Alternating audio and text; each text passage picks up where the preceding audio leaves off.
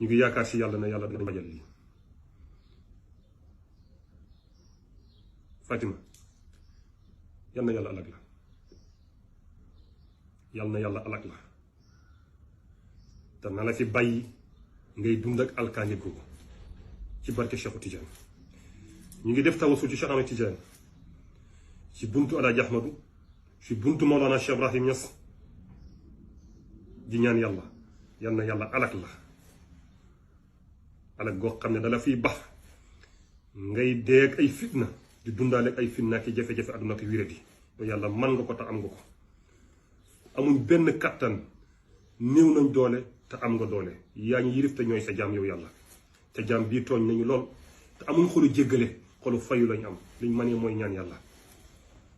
ndax kat xare ba yonent yàlla sallallahu alayhi wa sallam xare woon ba jàpp gaaya, kenn ku ci nekk yonent bi daf la laaj luy sa àq ci kii.